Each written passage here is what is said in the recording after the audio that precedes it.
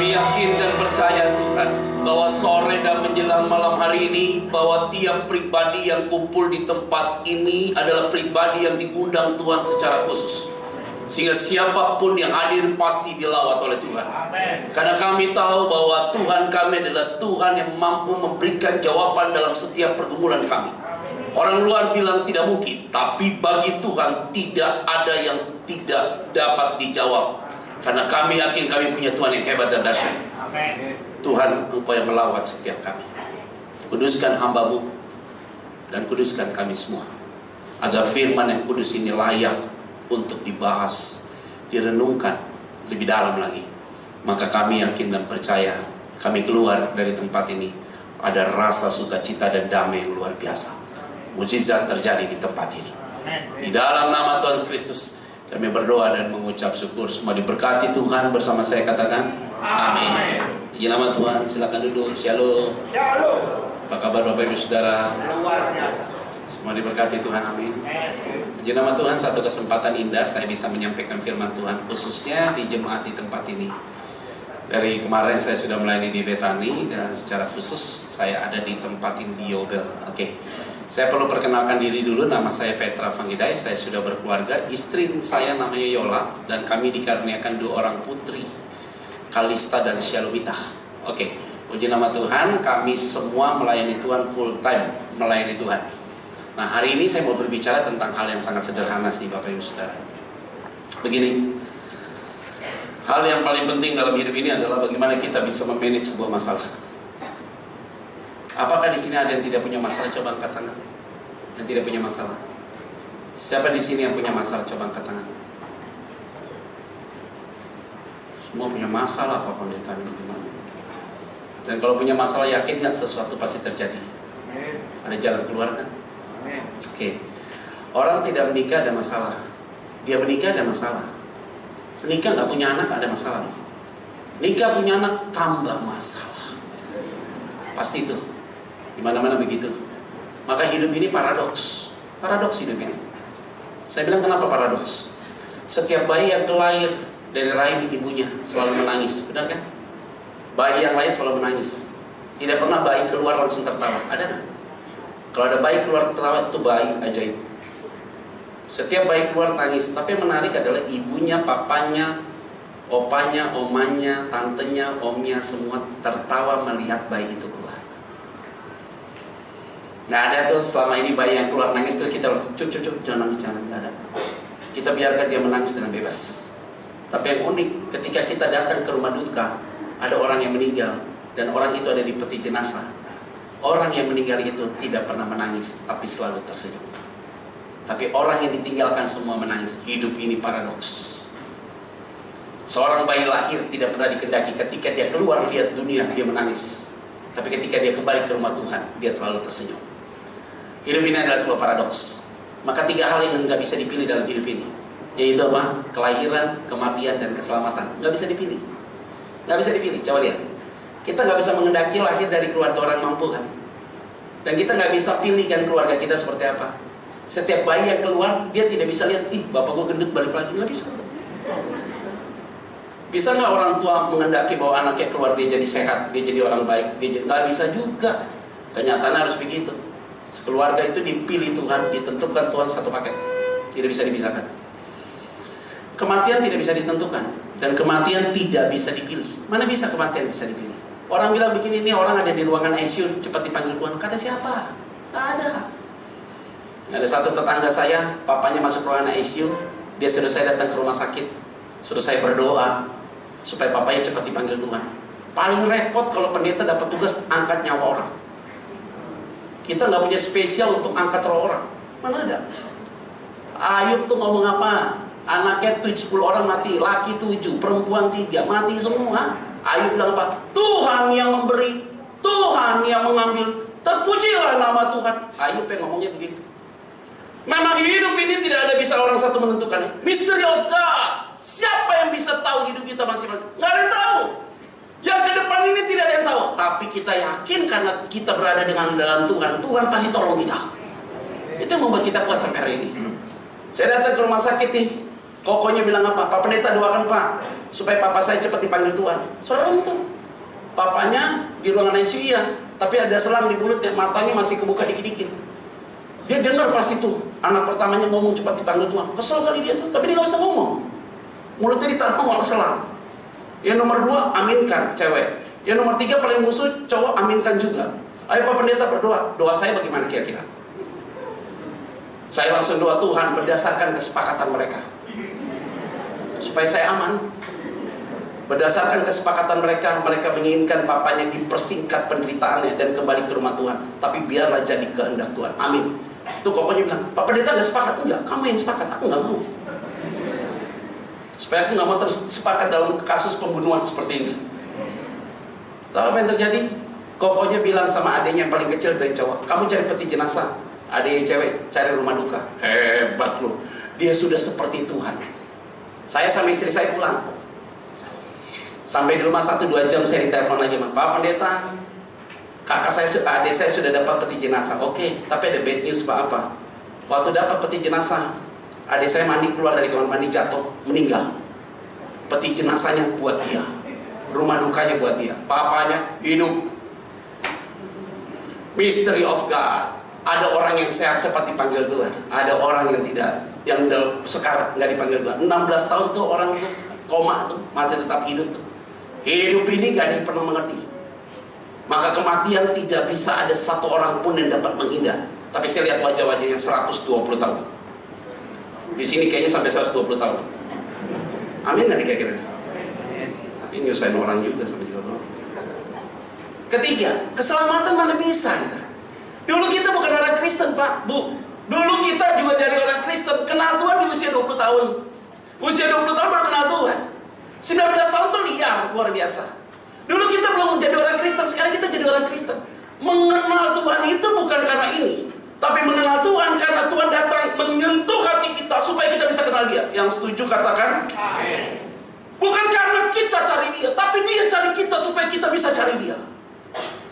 Jadi hari ini kita bisa datang pada Tuhan nih, karena kita sudah mengecap kebaikan Tuhan. Yang setuju katakan amin. Nah, kalau begitu, bagaimana caranya? Kita mau mengerti bahwa setiap masalah dalam hidup kita, ujungnya pasti ada jalan keluar. Karena hidup ini tidak ada yang tahu, tapi kita bisa ada rasa bergantung pada Tuhan. Allah kita sanggup untuk memberikan jalan keluar. Yang setuju katakan yuk kita buka Alkitab kita bahas tentang Abraham. Kejadian pasal 22 ayat 1 sampai selesai waktunya. Kejadian 22 ayat 1 sampai selesai. Yuk kita baca yuk. 1, 2,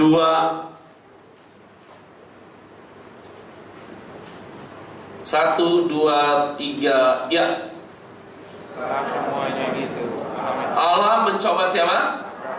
Ia berfirman kepadanya, Abraham. Lalu sabutnya ya apa? Sekarang saya mau tanya Bapak Ibu Saudara, di ayat ini Abraham sudah punya istri sama anak atau belum? Halo? Sudah pernah punya keluarga atau belum? Udah apa belum? Sudah. Belum apa udah? Udah punya istri apa anak atau belum? Di ayat ini yang bilang udah coba angkat tangan. Gak apa-apa juga, oh puji Tuhan. Yang bilang belum coba angkat tangan. Yang tunggu bener coba angkat tangan. Udah apa belum? Sudah. Istrinya siapa namanya? Anaknya siapa namanya?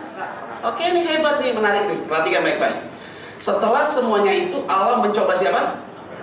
Kenapa Allah hanya mencoba Abraham, tidak mencoba Ishak dan tidak mencoba Sarah, tapi dia coba Abraham? Artinya begini.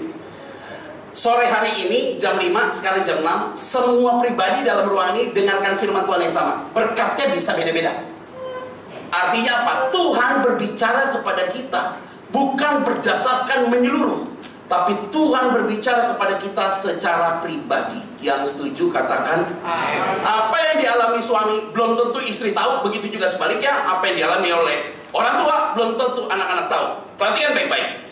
Kalau punya anak 4 lahir dari rahim yang sama, kok bisa ya anak 4 yang lahir dari rahim yang sama, tapi cara bertemu dengan Tuhan ini beda-beda?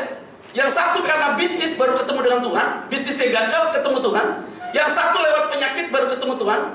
Yang satu lagi dengar firman Tuhan baru ketemu Tuhan. Yang satu lagi lewat sebuah mimpi. 4 pribadi lahir dari rahim yang sama, tapi ditreatment oleh Tuhan berbeda-beda. Artinya bahwa setiap pribadi Allah punya segala cara untuk dapat memulihkan pribadi itu. Yang setuju katakan amin. Artinya begini, jangan putus asa kalau koko cici kita, orang di sekitar kita belum bertobat. Kita bukan untuk buat dia bertobat, tapi kita hanya menyampaikan kebenaran. Masalah pertobatan bukan domain kita, tapi sudah bagiannya Tuhan. Yang setuju katakan amin. Berikan tepuk tangan buat Tuhan Yesus. Papa mama saya punya anak 5 orang laki-laki. Dari 5 orang laki-laki, 3 orang overdosis pakai narkoba. Nomor 1 pakai narkoba overdosis, nomor 2 pakai narkoba overdosis, nomor 3 langsung ambil jadi keputusan hamba Tuhan. Nomor 4 saya pakai narkoba overdosis. Nomor 5 langsung berangkat ke Amerika. Begitu loh semua. Nomor 1, nomor 2 lama di Amerika. Nomor 3 langsung sekolah di Tanjung Enim. Nomor 4 saya tinggal di Indonesia. Nomor 5 langsung berangkat ke Amerika. Jadi saya sendiri di Indonesia. Di keluarga semua badannya tinggi, mukanya putih. Hanya saya sendiri yang pendek, agak hitam sedikit. Saya pikir saya ini anak pungut. Karena semua diberangkatkan ke Amerika, hanya saya sendiri yang tidak. Jadi hidup saya hancur-hancuran, mereka juga hidupnya hancur-hancuran di Amerika. Mama, papa bukan broken home. Tapi mama ditugaskan pergi ke Amerika, papa ditugaskan pergi ke Jepang dan ke Korea. Maka kami dibesarkan oleh om dan tante kami. Kami kurang perhatian, hanya diperhatikan lewat uang. Hidup kita hancur-hancuran. Papa saya jadi hinaan, mama saya dihina oleh banyak orang. Karena dibilang apa? Anaknya semua pakai narkoba. Tekanan batin yang dialami oleh papa mama saya begitu kuat. Tapi papa saya sampai hari ini masih hidup 85 tahun, mama saya 76 tahun. Tidak kena ginjal, tidak kena jantung, tidak ada diabetes, tidak ada darah tinggi, semua masih sehat. Orang sampai bingung, 3 orang anak pakai narkoba, tapi tidak kena jantung. Mungkin karena jantungnya sudah terbiasa dipampang. Tahu nggak? Setiap orang bilang keluarga Fangidai itu pakai narkoba. Papa saya bilang apa? Saya yakin sebelum saya mati anak saya semua bertobat. Berapa tahun? 17 tahun. Tuhan jawab doa mereka. Nomor 1 bertobat, nomor 2 bertobat, nomor 3 sudah jadi pendeta. Saya nomor 4 dihajar Tuhan seperti binatang, baru saya bertobat. Saya tidur, air liur saya nggak dikit lagi, tapi udah banyak. Maka saya ditafsirkan kalau mati gila, karena seluruh otak saya di bagian belakang rusak, seluruh organ tubuh saya rusak. Pakai narkoba, tiap hari pulang sampai malam, pagi ketemu pagi, pagi ketemu pagi, begitu terus habis. Nggak pernah bermimpi saya ada di tempat ini, dan tidak pernah bermimpi untuk ambil sekolah teologi, nggak pernah bermimpi. Tapi Tuhan bermimpi besar buat hidup saya, sehingga hari ini saya ada di sini karena iman orang tua. Waduh, waktu lihat kayak gitu, papa saya bilang gini, sebelum saya mati Tuhan, aku mohon supaya anak-anakku semua bertobat. Sekarang sudah bertobat semua, udah pada bertobat. Jadi nggak usah melotot, biasa aja. Udah bertobat. Saya melayani Tuhan udah 17 tahun. Saya sekolah teologi 7,5 tahun. S1 saya 5 tahun. S2 saya 2,5 tahun. Saya udah melayani Tuhan lama banget. Aduh, saya bersyukur sekali punya Tuhan yang besar. Sampai hari ini saya tidak akan pernah sedikit pun jauh dari kasih Dia. Terlalu baik Dia. Dia terlalu ajaib buat hidup saya. Betul, sekarang udah pada bertobat. Saya tanya sama papa, Papa, ini anak-anak semua udah bertobat Pak, kira-kira kapan dipanggil Tuhan? Terus dia bilang, aku gak mau dipanggil Tuhan kalau 5-5-nya belum jadi pendeta. Sekarang dari 5 udah 2 lo jadi pendeta lo. Saya bilang, Pak, hati-hati Pak, 3 lagi jadi pendeta. Dia bilang, enggak, kayaknya Tuhan Yesus datang baru kita semua diangkat Tuhan. Masih ada tawar-menawar loh. Ingat baik-baik ya, hari ini stop buang energi untuk pikirkan orang lain. Stop capek memikirkan orang di sekitar kita, kenapa dia gak berubah. Sudah stop. Masalah dia berubah bukan urusan kamu, urusannya Tuhan. Sekarang teriak sama Tuhan, teriak sama Tuhan. Tidur nyenyak, teriak sama Tuhan. Tidur nyenyak, teriak sama Tuhan. Jangan mikirkan orang akhirnya nggak bisa tidur. Gara-gara dia kita mati, enak aja. Hari ini bagian kita menyampaikan kebenaran. Masalah hati disentuh, masalah pribadi dengan Tuhan. Yang setuju katakan. Ayat 2 kita akan baca. 2, 1, 2, 3, ya. firman-Nya. Ambillah anakmu yang tunggal itu, yang engkau kasih, yakni siapa? Pergilah ke tanah dan persembahkanlah dia di sana sebagai korban bakaran pada salah satu gunung yang akan kukatakan apa? Sekarang saya mau tanya, Abraham anaknya satu apa dua? Satu apa dua? Tuh kan berubah kan? Coba yang satu, coba katakan yang satu. Iya. Yang dua coba angkat tangan. Yang nunggu benar coba angkat tangan. Satu apa dua? Sekarang saya mau tanya, sebelum Ishak lahir, Abraham punya anak atau belum? Siapa namanya? Ismail itu ibunya siapa namanya? Jadi Abraham anaknya berapa? Sebelum Ishak ada siapa? Ibunya siapa namanya? Istrinya Abraham siapa namanya? Sekarang saya mau tanya, Abraham lebih sayang sama Sarah apa lebih sayang sama Hagar? Sarah. Sama Hagar sayang nggak? Enggak. Tapi punya anak kan? Tuh laki-laki. Ulang. Sekarang saya mau tanya, Yakub itu punya istri paling disayang siapa? Rahel apa Lea? Rahel. Untuk dapat Rahel kerja berapa tahun? 7. Dapat nggak Rahel? Enggak. Dapatnya siapa? Lea. Cinta nggak sama Lea? Enggak. Punya anak nggak? Punya. Tuh laki-laki. Nah, gampang loh. Abraham anaknya 2 apa 1? 2. Gitu jawabnya. Berapa? Oke, setuju. Ayat 2 kita baca. 1, 2, 3, ya. Firman, ambillah anakmu yang tunggal yang kau kasih dia, yakni anaknya 2 apa 1? Kok berubah sih? Tadi 2. 2 apa 1? 2 apa 1? Baca lagi. 1, 2, 3, ya. Firman-Nya, ambillah anakmu yang 2 apa 1? Kok berubah? Gak konsisten nih Pak Pendeta. Ini kalau ada kerusuhan datang percaya Yesus nggak? Enggak. Gara-gara 2, 1 aja berubah. 2 apa 1? 2. Jawabnya tetap 2. Gitu. Saya setuju. Anaknya berapa? 2. Konsisten. Tapi kenapa tunggal? Itu yang harus kita jawab. Itu tugas saya sebagai pendeta. Kalau nggak bisa pulang. Ini yang harus kita jawab. Anaknya berapa? 2. Tapi dibilang anaknya tunggal. Oke, lihat baik-baik. Harusnya firman Tuhan itu bicara begini. Abraham, anakmu 2. Yang paling kamu kasih Ishak. Tapi Allah hanya bilang, anakmu tuh the only one. Anakmu tuh tunggal, bukan 2. Ngerti artinya apa? Allah pernah bicara kepada Abraham bahwa Ismail itu anaknya dia. Dan Allah pernah berbicara kepada Abraham, Ismail itu anakmu, aku akan berkati dia menjadi bangsa yang besar. Keturunan seperti bintang di langit, pasir di lautan. Dia akan seperti keledai, dan dia akan pegang pedang. Dia akan bunuh, dia akan ribut dengan orang-orang di dalam rumahnya. Perhatikan baik-baik. Timur Tengah luar biasa sekarang. Saya tidak bernubuat. 10 tahun ke depan, Eropa, Amerika lebih banyak orang-orang hijau di sana. Tapi Tiongkok, India, Indonesia mengalami revival luar biasa. Tiongkok banyak orang kenal Tuhan Yesus. India banyak orang kenal Tuhan Yesus. Indonesia kenal Tuhan luar biasa. Jadi 3 negara ini kalau jadi satu saja 60% jumlah penduduk dunia itu ada di kita. Asia itu kuatnya luar biasa. Eropa selesai, Amerika bisa selesai. Perhatikan baik-baik, mereka akan menjadi bangsa yang besar. Maka di Timur Tengah sekarang ribut antar Liga Arab, ribut di mana-mana. Itu nubuatan Allah yang sedang digenapi. Kapan mereka damai? Mereka damai nanti waktu Yesus datang kedua kali. Dan mereka tidak akan pernah damai sampai kapanpun. Kenapa Indonesia tidak pernah ribut? Karena Indonesia tidak pernah dinubuatkan. Perhatikan baik-baik. Ismail, anak yang dipanggil dan diberkati oleh Allah. Tapi Ishak, anak yang dipilih oleh Tuhan. Dipanggil belum tentu dipilih, tapi dipilih pasti dia dipanggil. Artinya Ishak menghasilkan sebuah keturunan dan lahirlah seorang Yesus. Saudara percaya kepada Yesus hari ini, bukan percaya yang salah, tapi percaya benar. Saudara dan saya bukan dipanggil, tapi dipilih Tuhan secara khusus. Berikan tepuk tangan buat Tuhan Yesus. Saudara bangga punya Tuhan Yesus? Siapa yang bangga coba?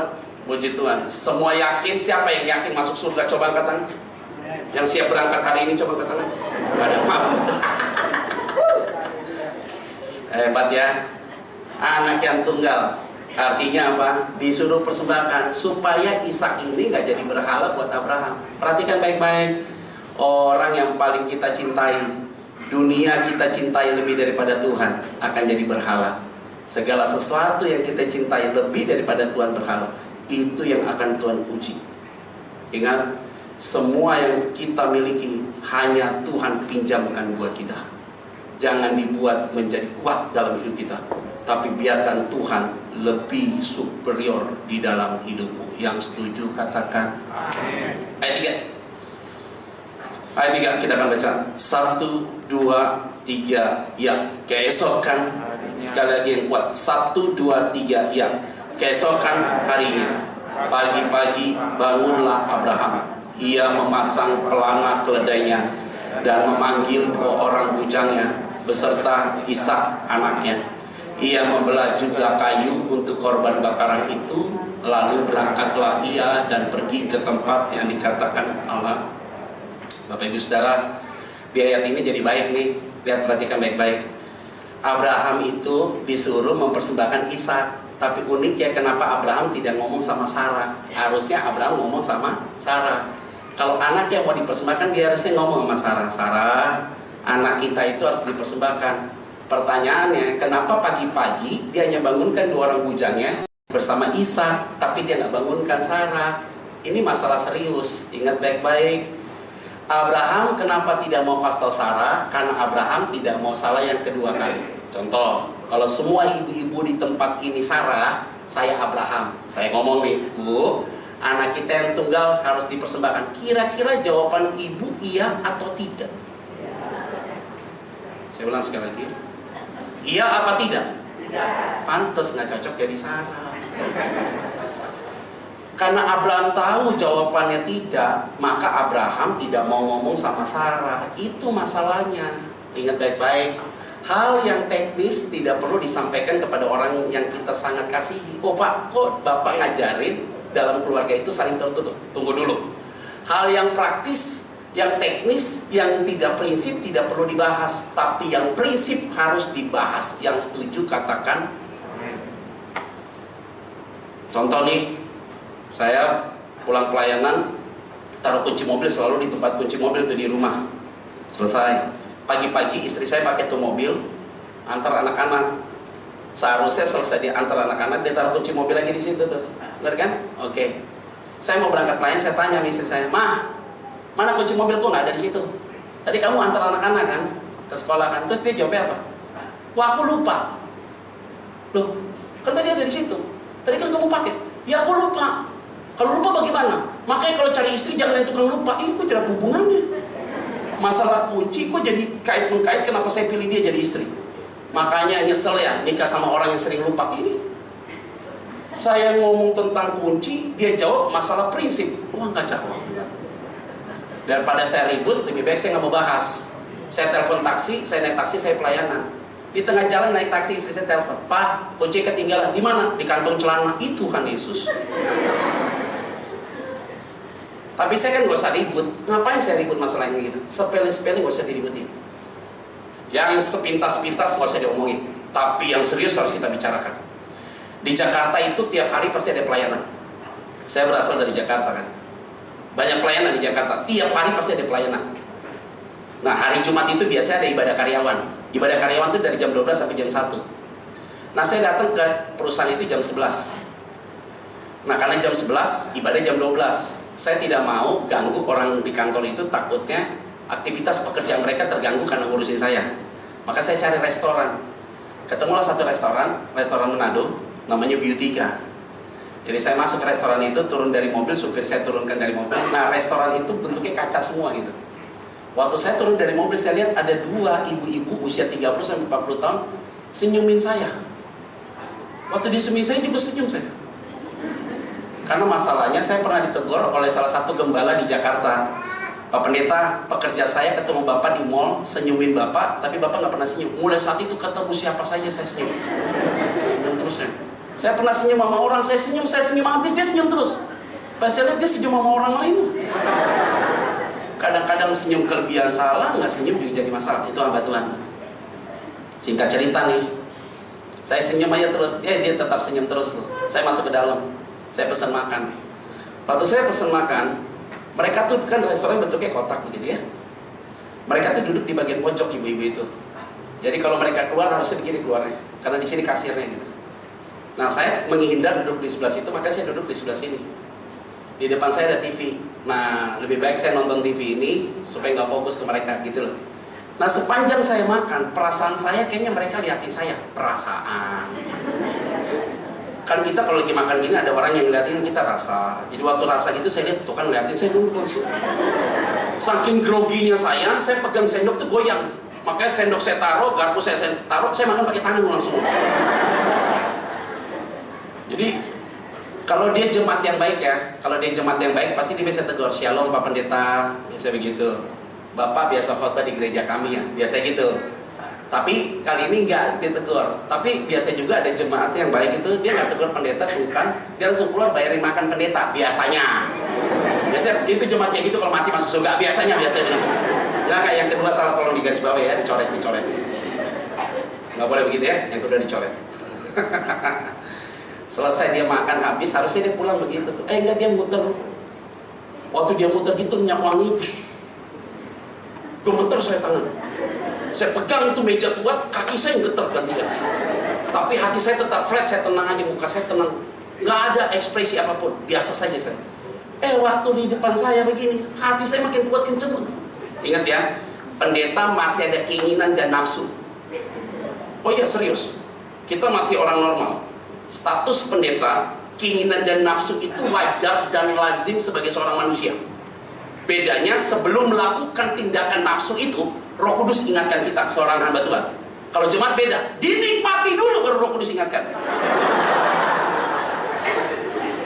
Nggak di sini sih bagus semua nih. Di sini holy. Jadi dia lewat ini ibu-ibu lewat depan saya, tiba-tiba depan saya dia berhenti dia. Makan nasi merah ya, orangnya sehat ya. Saya yakin pasti bukan jemaat. Masa jemaat ngomongnya begitu? Makan nasi merah ya, orangnya sehat. Saya yakin bukan jemaat. Siapa dia? Tante Potifar. Ngapain bawa ucup? Dia pergi loh, dia keluar. Nggak nyampe 10 menit. Tukang parkir masuk ke dalam, bawa kertas warna putih. "Pak, ini dari ibu cantik naik mobil mewah Pak tadi Pak. Ini kasih kertas buat Bapak." Pikiran saya, pokok doa. Positif. Pas saya buka itu kertas putih, nomor telepon sama PIN BB. Di bawahnya tulis, "Hubungi saya." Gemeter hati saya. Kira-kira kalau mengacu ke ayat 3, Abraham kan tidak kasih tau Sarah nih. Kalau mengacu gitu, kira-kira saya kasih tau istri saya nggak ya? Nggak kira-kira kasih tau nggak ya? Kalau mengacu ayat 3, harusnya saya kasih tau istri saya nggak? Enggak kan? Tapi bagi saya ini prinsip. Ini prinsip, bukan yang ecek-ecek. Kalau saya tidak kasih tau istri saya, maka ada kecenderungan pasti saya akan hubungi nomor itu. Saya foto, saya kirim ke istri saya bilang, "Pak, ini nomor telepon apa?" Saya jelasin seperti apa yang saya jelasin barusan. Istri saya ngomong apa? "Kamu jangan macam-macam ya." Saya bilang, "Kalau saya macam-macam, saya nggak kasih tau kamu kali." Ngerti maksud saya? Contoh ini hanya sebagai bagian kecil saja. Hal yang prinsip harus dibahas sampai tuntas ke akar masalah. Hal yang nggak prinsip nggak perlu dibahas dalam rumah tangga. Yang prinsip harus dibahas sampai tuntas. Kenapa Abraham tidak mau kasih tau Sarah? Jawabannya ada di ayat yang kelima. Yuk kita baca ayat yang kelima. Ayat yang kelima, jawabannya ada di situ. Yuk kita baca. 1, 2, 3, ya. 1, 2, 3, ya. Kata Abraham kepada kedua bujangnya itu, "Tinggallah kamu di sini dengan keledai ini. Aku beserta anak ini akan pergi. Kami akan, sesudah itu kami akan." Wah, hebat loh. Itu gara-garanya Abraham nggak mau kasih tau Sarah. Dia ngomong begini nih, "Kamu dan keledai ini di sini." Dia ngomong apa? "Aku dan anak ini." Artinya dengan Ishak. Terus di kalimatnya bagus nih. kami akan pergi ke sana untuk berdoa. Kalimatnya baik. Kalimat yang kedua dia bilang, kami akan balik lagi ke sini. Artinya apa? Kenapa Abraham tidak mau kasih tahu Sarah? Karena dia yakin persis bahwa Ishak tidak mungkin jadi dipersembahkan. Kami akan ke sana berdoa dan kami akan balik lagi ke sini. Artinya Abraham yakin Ishak tidak mungkin dipersembahkan. Maka dia tidak perlu bicara kepada Sarah. Hari ini di tengah gonjang-ganjing ekonomi apapun, satu hal yang saya mau kasih tahu. Bagi anak Tuhan, kita harus punya iman seperti Abraham. Tuhan pasti tolong saudara dan saya. Amin. Berikan tepuk tangannya untuk Tuhan Yesus. Kami akan pergi ke sana berdoa dan kami akan balik lagi ke sini. Tuhan pasti akan memberikan terobosan-terobosan yang luar biasa dalam hidup saudara dan saya. Hari ini ingat baik-baik, kita harus punya iman yang besar bahwa Allah sanggup untuk membuat segala sesuatu yang tidak mungkin menjadi. 6, 7, 8 kita akan baca. Ayat 6, 7, 8 kita akan baca. 1, 2, 3, iya. Lalu Abraham mengambil kayu untuk korban bakaran itu, memikulkannya ke atas bahu siapa? Anaknya. Sedang di tangannya, di bawahnya apa? Dan pisau. Demikianlah keduanya. Bapak Ibu Saudara perhatikan baik-baik nih. Ini Ishak nih. Ishak ditaruh kayu di bahunya. Abraham pegang pisau sama api ya. Ingat, Ishak nggak tahu kalau dia dipersembahkan, tapi Abraham tahu bahwa dia yang akan dipersembahkan. Secara psikologi Abraham tergoncang. Kita lihat ayat yang ke-7, apa yang Ishak katakan kepada Abraham. Ayat ke-7. 1, 2, ayat 7. 1, 2, 3 ya. Lalu berkatalah Ishak kepada Abraham ayahnya, "Bapa," sahut Abraham, "Ya anakku." Bertanyalah ia, "Di sini sudah ada api dan kayu, tetapi di manakah anak domba untuk korban bakaran itu?" Gak enak tuh. Dia jalan, Ishak ngomong di tengah jalan, "Pak, udah ada kayu tuh sama api, Pak. Kira-kira siapa yang dipersembahkan?" Masa Abraham ngomong, "Kamu." Gampang loh. Anak kita divonis sakit mematikan. Contoh, dokter bilang sama kita sebagai orang tua, "Minta maaf ya Bu, Pak, anak ibu nggak hidupnya paling 1-2 bulan." Ini anak masih sadar. Dia nanya sama kita sebagai orang tua, "Papi, Mami, dokter bilang apa? Sakitku apa?" Masa orang tua bilang, "Kayaknya 1-2 bulan lagi nih." Mana mungkin kita ngomong begitu. Lihat jawaban Abraham apa? Lihat ayat ke-8. Itu jawaban yang luar biasa. 8. Kita akan baca. 1:8. 1, 2, 3. Ya, sahut Abraham, "Allah yang akan menyediakan anak domba untuk korban bakaran baginya, anakku." Demikianlah keduanya apa? Berjalan apa? Hebat. Ketika ditanya, siapa ya yang akan dikorbankan? Abraham ngomong, Tuhan yang akan menyediakan korban bakaran baginya. Yakin bahwa Tuhan yang akan menyiapkan ganti dari Ishak. Hari ini orang bilang anak kita gak bisa berubah, pasangan hidup kita gak bisa berubah, ekonomi gak bisa pulih, usahamu gak bisa bangkit. Saya mau sampaikan, kalau engkau punya iman yang besar, Allah mampu untuk memberikan jawaban demi jawaban. Yang setuju katakan Tuhan itu baik. Amin. Istri saya orang Surabaya, Tionghoa, Pak. Ibunya orang Sunda, menikah dengan saya.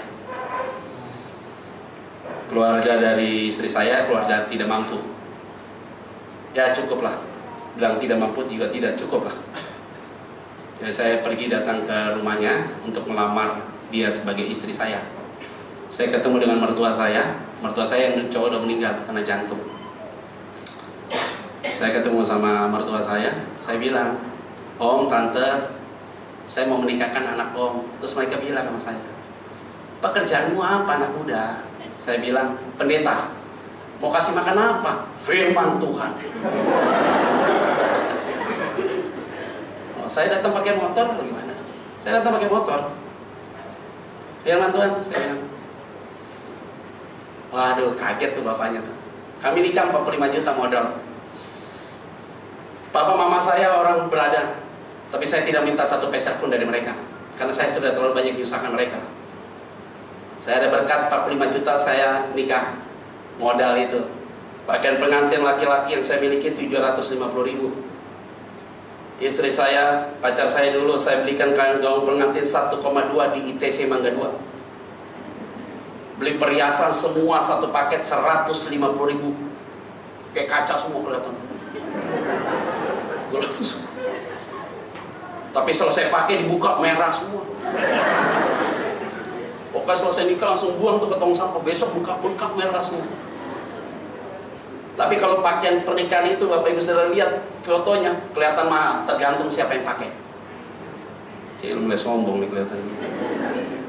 Saya nikah loh sama dia, 45 juta, dapat angpau berapa? 47 juta 500, untung 2 juta 500. Kami tinggal di rumah kontrakan loh, 13 juta satu tahun. Ya. Waktu saya sekolah teologi 5 tahun di asrama, saya nggak pernah berpikir hari ini seperti ini kok. Siapa yang pernah berpikir nasib kita hari ini? 15 tahun yang lalu kita ngapain? 20 tahun yang lalu ngapain? Mungkin kita sedang kais-kais. Kita aja punya usaha kecil, tapi Tuhan perhatikan kita hari ini. Mungkin kita aja punya satu toko, sekarang kita punya beberapa toko. Dulu kita jadi karyawan, sekarang kita jadi owner. Itu hidup. Hidup lo guys. Nah, pelayanan di pedesaan 5 tahun saya. Ngurus anak jalanan, orang sakit jiwa, orang narkoba 2,5 tahun. Pelayanan begitu. Tuhan gembleng saya di masa lampau loh. Selesai, menikah sama istriku, jalan, menikmati loh. Dulu Jakarta lagi banjir luar biasa, puji Tuhan. Kulkas gak perlu diangkat, karena diangkat sama air. Masuk ke dalam semua, istri lagi sedang hamil loh. Saya bilang sama istri saya, tenang mah, pasti Tuhan tolong kamu, Tuhan tolong. Tapi sampai hari ini, Tuhan pelihara hidup kami dengan luar biasa. Saya punya kendaraan, istriku punya kendaraan, anak-anak bisa sekolah di international school. Tanpa meminta-minta, tapi punya iman bahwa Tuhan pelihara keluargaku. Hari ini, jadi orang Kristen, jangan suka begini. Tapi jadi orang Kristen selalu berserah pada Tuhan. Ingat baik-baik, orang yang berserah pada Tuhan, berkatnya itu tidak pernah terduga. Hari ini kita punya iman yang kuat. Tuhan punya segala cara untuk memenuhi setiap kebutuhan. Yang setuju katakan, berikan tepuk tangan buat Tuhan. Ayat 10, 11, dan 12 kita akan baca yuk. 10, 11, dan 12 kita akan baca. Ayat 10. 1, 2, 3, ya. Sesudah itu Abraham mengulurkan tangannya, lalu mengambil pisau untuk apa? Untuk menyembelih siapa? Siapa anaknya? Enggak main-main Abraham. Dia taruh Ishak di situ. Dia ambil pisau, dia mau bunuh Ishak. Bukan teori yang dilakukan, tapi sebuah tindakan praktis dilakukan. Artinya Abraham, dia punya iman bahwa Tuhan tolong. Bukan berarti dia diam duduk di rumah menjadi seorang pengangguran, bukan. Dia berbuat sesuatu dulu. Waktu dia berbuat sesuatu itu, dia juga yakin was-was ini terjadi atau tidak terjadi. Waktu dia ambil pisau, dia membunuh Ishak. Lihat ayat yang ke-11, 12, firman itu menjadi kuat. 1, 2, 3, ya. Tetapi malaikat Tuhan dari langit kepadanya, Abraham, Abraham. Sahutnya, ya Tuhan. Ayat 12, satu yang kuat. 1, 2, 3, ya. Lalu dia berkata, jangan bunuh anak itu, dan jangan kau apa-apakan dia, sebab telah ku ketahui sekarang bahwa engkau takut akan Allah, dan engkau tidak segan-segan untuk menyerahkan anakmu yang apa? Waktu dia taruh Ishak di situ, dia mau bunuh, malaikat bilang, Abraham stop, aku tahu imanmu, engkau tidak segan-segan menyerahkan anakmu yang tunggal. Yang menarik apa Bapak Ibu Saudara? Yang menarik, Ishak tidak komplain. Harusnya waktu mau bunuh, Ishak ngomong, kok jadi saya sih? Katanya dia korban. Ishak tidak komplain. Kenapa Ishak tidak komplain?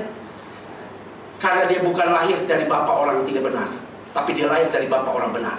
Hari ini saya mau sampaikan, saya bisa berdiri di sini, Bapak Ibu Saudara bisa berdiri di sini, karena kita punya keturunan orang benar. Berikan tepuk tangan buat Allah. Tanggal 16 Mei yang lalu, oma saya ulang tahun yang ke-100 tahun.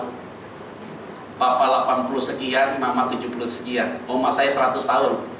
Tulangnya masih tegak. Matanya masih tajam, nggak pakai kacamata. Giginya masih utuh. Tapi warna merah karena makan itu sirip pinang. Rambutnya udah nggak putih, merah. Kita cat. Usia 95 tahun di rumah nih, dia jalan keluar begini. Tukang ojek tabrak dia. Waktu tukang ojek tabrak dia, semua orang kayak, "Oma mati." Dia berdiri lagi. Tangannya sobek 15 jahitan, nggak perlu dibius, langsung jahit. Saya bawa dia ke rumah sakit. Tulang kakinya di ronsen, dokter sampai bilang ini tulang seperti besi. Dia ulang tahun kemarin 100 tahun. Saya khotbah, usia saya 40 tahun. Nggak nanya ya, saya kasih tahu aja ya. Jadi saya khotbah, oma saya 100 tahun. Saya bilang, "Oma, sebelum saya khotbah, saya minta oma kasih kata sambutan." Dia berangkat dia berdiri di kursi itu, nggak perlu dituntun, dia jalan sendiri. Jalan ya. Dia ke mimbar.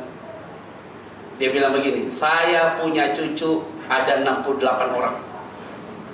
Saya punya cece 79 orang. Saya punya cicit ada 2 orang." Dia ngomong tuh semua yang hadir di situ. Siapa di sini yang jadi anggota DPRD berdiri? Berdiri. Siapa yang jadi wali kota coba berdiri? Siapa yang jadi bupati coba berdiri? Semua duduk. Setelah duduk dia ngomong, "Siapa yang jadi pendeta sama penginjil dari anak cucu saya dan cici coba berdiri." 19 orang berdiri semua. Terus dia bilang, "Duduk. Kalian bukan orang bodoh, kalian orang pintar. Saya tidak perlu kasih kata sambutan," kata dia. Tapi dia bilang, "Ikuti cara hidup saya." Kayak Paulus dia ngomong. Tapi ada satu pesan yang dia bilang begini, "Saya berikan contoh," kata dia. Ada piring, ada sendok, ada garpu, ketemu di atas piring. Kalau bisa jangan saling bunyi, supaya rumah tanggamu diberkati Tuhan," kata dia. "Jangan ada kepahitan, jangan ada luka batin. Kalau berkelahi, jangan sampai orang tahu di luar sana." Udah selesai dia ngomong, dia nggak pakai kata penutup, dia langsung duduk. Saya bilang, "Oma, kata penutup." "Saya ulang tahun." "Bukan kamu yang ulang tahun." Saya tanya sama oma saya, "Oma," di mimbar saya tanya, Oma kira-kira mau dipanggil Tuhan sampai usia berapa?" 200 tahun. Ih, lama. Kalau dia 200, saya 140, yang kuburin dia sekarang. Masa dia ke kuburan gali sendiri. Tapi hebat nih oma saya bilang ini, "Saya nggak mungkin mati," kata dia. "Nanti Tuhan panggil saya." Waktu dia datang kedua kali, kita semua diangkat. Ini imannya dahsyat banget. Saya lihat oma saya begitu, pikiran saya langsung begini.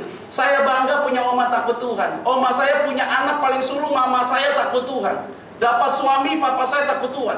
Punya 5 orang anak, takut Tuhan. Saya dapat istri, takut Tuhan. Saya punya anak 2, takut Tuhan. Kelak anak saya punya pacar, pasti takut Tuhan. Kelak saya punya cucu, pasti takut Tuhan. Cucu saya punya pacar, pasti takut Tuhan. Punya cece, takut Tuhan. Cece saya punya pacar, pasti takut Tuhan. Itu berarti kalau ujungnya sudah benar, pasti seluruhnya pasti benar. Yang setuju katakan amin. Berikan tepuk tangannya buat Tuhan Yesus. Terakhir 13 dan 14 kita akan baca. Yuk kita akan baca 13 dan 14. 1, 2, 3, ya. Lalu Abraham menoleh dan melihat seekor domba jantan di belakangnya, yang tanduk yang tersangkut dalam belukar. Abraham mengambil domba itu lalu mengorbankannya sebagai korban bakaran. Ayat yang ke-14 yang kuat, 1, 2, 3, ya. Dan Abraham menamai tempat itu Tuhan menyediakan. Sebab itu sampai sekarang dikatakan orang di atas gunung Tuhan akan menyediakan. Pertanyaan saya sederhana Bapak Ibu Saudara yang terakhir. Domba itu sudah disiapkan sebelum Abraham mempersiapkan Ishak untuk dikorbankan, atau pada saat Ishak mau dikorbankan domba itu disiapkan? Yang pertama apa, yang kedua? Yang kedua, artinya segala sesuatu Allah tidak pernah terlambat. Tepat waktunya kita butuhkan, saat itu Tuhan akan cukupkan setiap kebutuhan kita. Yang setuju katakan amin. Tuhan tidak pernah gagal, dan Tuhan selalu datang tepat pada waktunya. Ikut Tuhan itu kadang-kadang dibuat Tuhan untuk atur ritme jantung kita loh. Tapi tetap aja pas waktunya pertolongan Tuhan ya dan amin. Tuhan selalu siapkan berkat itu dengan luar biasa. Ada amin? Amin. Contoh nih baik nih, tinggal 2 menit. Waktu saya menikah dengan istri saya kan, dan kemudian istri saya hamil. terus mau melahirkan.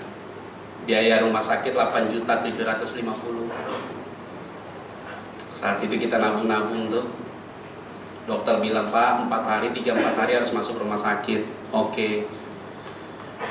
Saya bilang sama istri saya, berdoa ya Ma ya, supaya Tuhan cukupkan dana ya. Harus minimum kita pegang 9 juta atau 10 juta Ma. Uang saat itu belum nyampe tuh, tapi harus siapkan duit 2 juta pegangan gitu.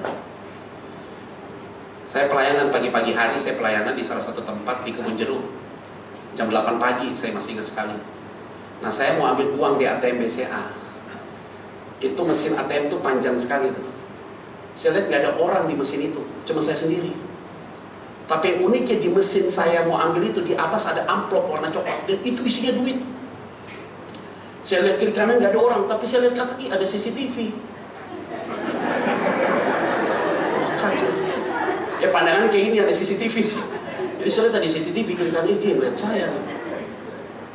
Tapi saya gemeter tuh, akhirnya saya cancel kartu ATM itu, saya tidak jadi ambil duit, saya ambil uang yang di amplop itu, saudara. Saya ambil uang di amplop itu. Saya langsung telepon istri saya, Ma, mukjizat terjadi. Kenapa? Saya mau ambil uang, sepertinya Tuhan taruh uang di situ, Ma. Maksudnya apa? Saya nemu uang di atas ATM, mesin ATM itu, Ma, amplop, Ma, uangnya banyak. Terus istri bilang, kamu ambil, anakku cacat. Lalu jadi saya langsung. Untung dapat istri rohani nih, maka saya mau sampaikan yang muda-muda, cari teman hidup yang takut Tuhan. Kalau enggak teman hidup takut Tuhan, dia bilang, ambil Pak, jawaban doa.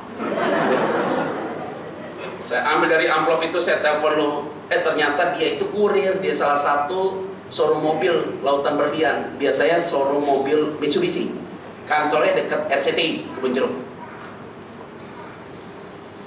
Singkat cerita, saya telepon orangnya datang. Waktu orangnya datang ketemu mama saya tanya, Pak, duit Bapak ketinggalan? Iya, coba cerita kenapa ketinggalan. Mama saya meninggal di kampung, Pak. Saya nggak bisa pulang. Jadi saya transfer ke sana untuk kuburin ibu saya. Saya besok pulang untuk tahlilan, Pak. Jadi waktu saya setelah transfer, Pak, pikiran saya linglung, Pak. Saya keluar, Pak. Sampai RCTI saya ingat, aduh, uang ketinggalan saya balik. Saya lihat di ATM hilang. Tadi saya mau lapor polisi, Pak. Jangan. Ngapain lapor polisi? CCTV juga ada bukti.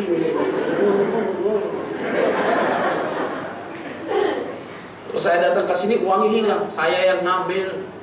Ini Pak, saya kembali dihitung sama dia semuanya. Saya lihat KTP-nya dia sesuai. Ada apa? Itu transkrip buat transfer tuh. Biasanya ada buat setoran gitu ya, buat transfer gitu. Ada nama dia, sesuai KTP. Dihitung duitnya utuh. Aduh Pak, duit saya utuh ya Pak. Iya bagus. Udah ke BC aja. Dia keluarkan amplop warna putih. Mau kasih ucapan terima kasih buat saya. Nih Pak, buat Bapak, atas budi baik Bapak. Saya ambil. Setelah ambil saya kembaliin lagi. Terus dia bilang, nggak ada Pak orang sebaik Bapak. Dia nggak tahu, istri saya bilang, anak lu cacat.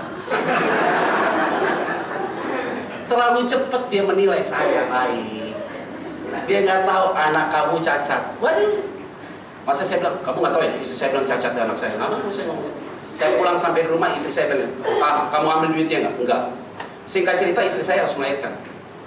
Saya tidak dapat berkat dari manapun. Pas, hitung-hitung ada duit 9 juta. Istri saya melahirkan, saya berdoa kalau bisa jangan lebih Tuhan uangnya. Karena perhitungan saya kalau lebih habis saya. Nggak mungkin saya minjem dari orang lain.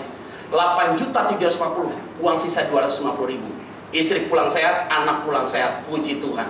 1 bulan kemudian saya ditelepon lagi oleh rumah sakitnya. Pak Petra, Bapak istri Bapak melahirkan di sini 1 bulan lalu. Iya. Silakan Bapak datang ke rumah sakit. Pikiran saya ada yang kurang. Jadi cincin kawin saya jual. Ini yang baru nih. Jadi nggak mungkin dijual, kan udah punya uang sekarang. Yang dulu saya jual nih cincin kawin, istri saya bilang jual aja Pak, saya jual cincin kawin saya. Dan jual nih. Tiba-tiba sampai di tempat itu rumah sakit, Bapak ini pendeta Petra ya. Wah, ada harapan buat saya. Karena dia sebut nama pendeta. Ada harapan. Waktu itu istri Bapak yang melahirkan di sini. Iya. Pak, ada memo dari rumah sakit Pak. Kenapa? Seluruh biaya rumah sakit yang kemarin Pak dikembalikan oleh biaya rumah sakit. Amplopnya langsung datang. Saya bilang, saya ambil buru-buru. Takut dia berubah pikiran. Takut dia bilang, gak jadi Pak, saya tarikan sama dia. Saya pulang sampai rumah, saya ketemu istri saya bilang apa? Saya bilang, Ma, ini duit dikembalikan. Lo cincin kawin bisa di sana. Aku udah telepon, Ma. Cincin kawin kita tuh udah langsung dipanaskan, cair udah. Habis, Ma. Jadi begini apa? Udah buat baru, kan dapat duit. Istri saya bilang apa? Untung kamu nggak ambil yang BCA itu ya. Tuhan tolong. Ini di awal pernikahan. Sampai hari ini saya lihat puzzle-puzzle, Tuhan tolong saya. Krisis apapun saya udah gak mau pusing.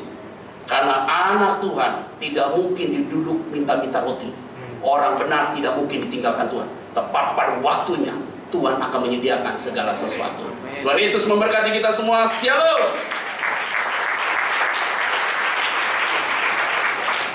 Saya undang kita semua bangkit berdiri. Kita yakin bahwa pertolongan kita hanya datang dari Tuhan, tidak dari tempat yang lain, dari Tuhan yang menjadikan saudara hari ini seperti ini. Tuhan akan berbuat banyak perkara besar dalam hidupmu.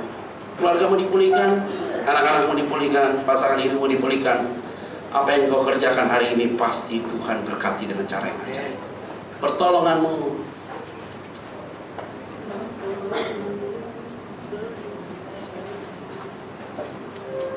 dalam sikap doa. Pertolonganmu begitu ajaib, Kau telah memikat hatiku di saat aku tak sanggup lagi. Di situ tanganmu bekerja. Pertolonganmu begitu ajaib, Kau telah memikat hatiku.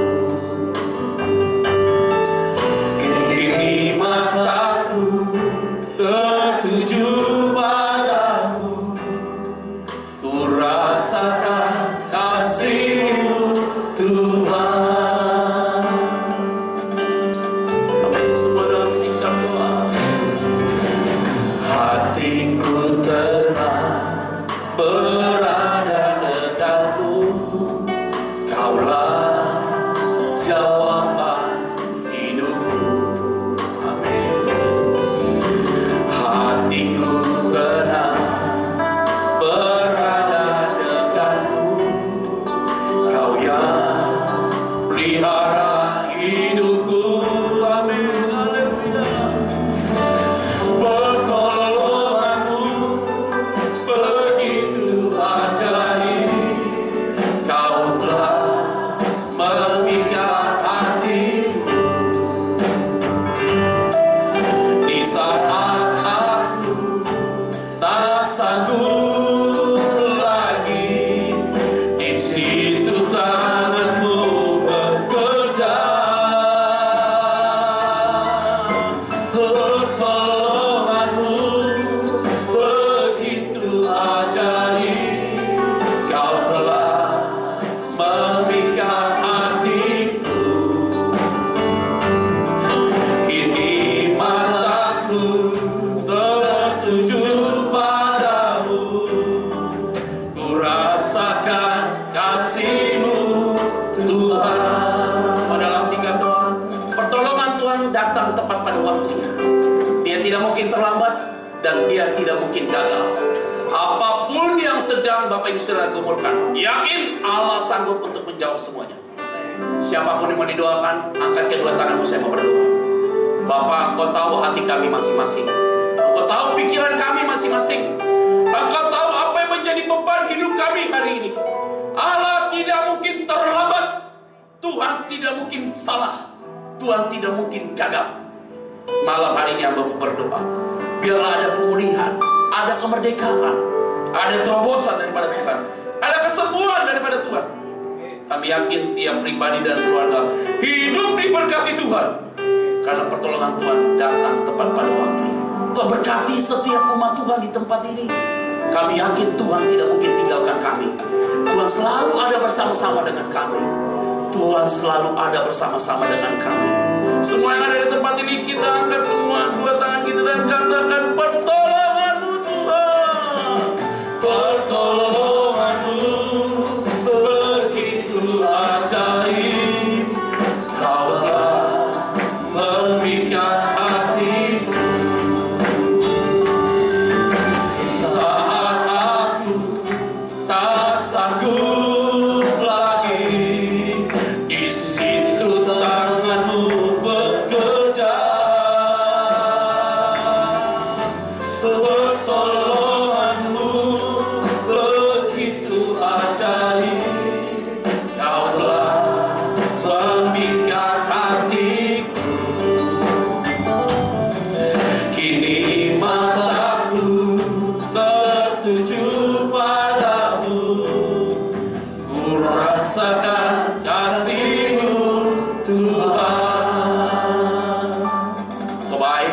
Kau telah memberkati umat Tuhan di tempat ini. Biarlah lewat perjamuan kudus juga semua yang hadir juga merasakan hadirat Tuhan. Semua yang ada di tempat ini telah diberkati dan dilawat Tuhan. Tuhan jamah mereka supaya setiap hari mereka hidup lebih takut lagi akan Tuhan. Di dalam nama Tuhan Kristus kami berdoa dan mengucap syukur. Semua diberkati Tuhan. Bersama saya katakan